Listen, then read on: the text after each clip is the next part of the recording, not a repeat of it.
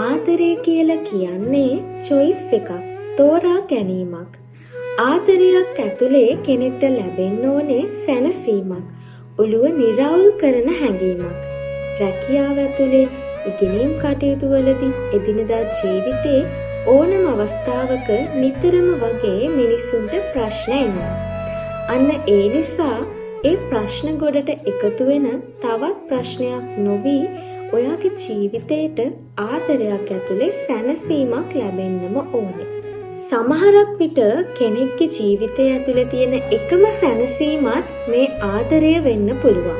ඒ නිසා තමන්ගේ ආදරණීයන්ට සැනසීමක් දැනෙන විදිහට ආදරය කරන්න උත්සාහ කරන්න.